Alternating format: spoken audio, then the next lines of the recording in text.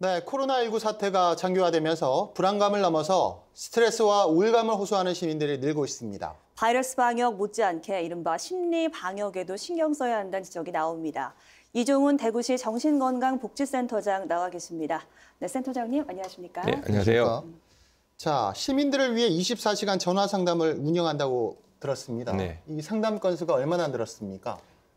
저희가 1월 27일 날 처음 이제 심리 지원단이 발족이 됐는데 그 당시에는 야간에 보통 한 3, 40건 정도로 네네. 전화가 왔었는데 하루에 말씀이시죠? 하루에 예. 네.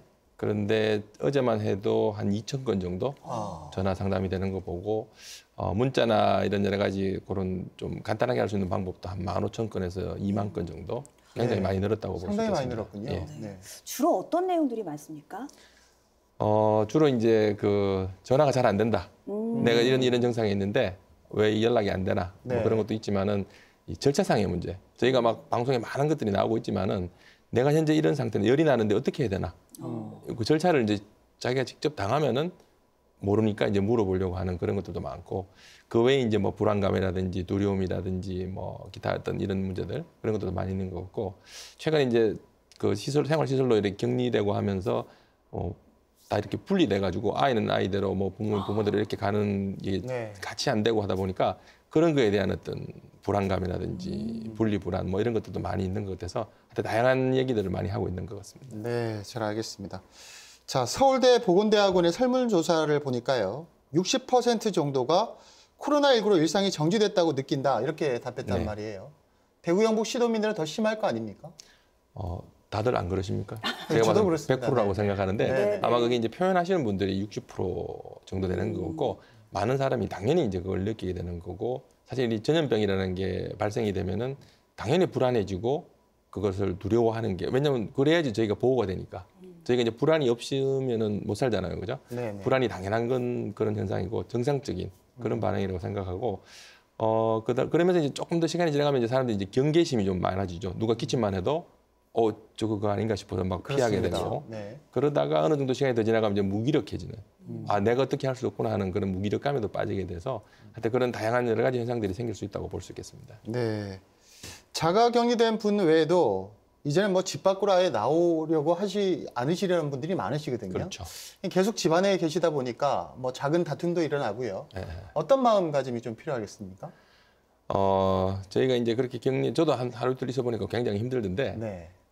결국 이제 일상으로 돌아가는 그게 굉장히 필요하다고 생각합니다. 결국 이제 스트레스로 인해 가지고 면역이 떨어지게 되면 그로 인해서 또 바이러스가 걸리게 되니까 예. 이 면역력을 키우기 위해서는 우리가 잘 먹고 잘 자고 잘 배출해내는 게 굉장히 중요하고 이래 있다 보면 상당히 좀 갈등도 많아지고 가족 간에 뭐 이것도 있지만은 또 한편으로는 가족들하고 오랜만에 만나서 어울리는 시간도 가지게 되니까 더 좋은 면도 있을 수도 있는데 만약에 갈등이 생긴다 그러면 사실 가족들이나 친구들한테 이렇게 털어놓는 내 마음이 힘들다라는 것을 털어놓을 수 있는 그런 관계를 유지하는 것이 굉장히 중요하다고 저는 생각합니다. 네.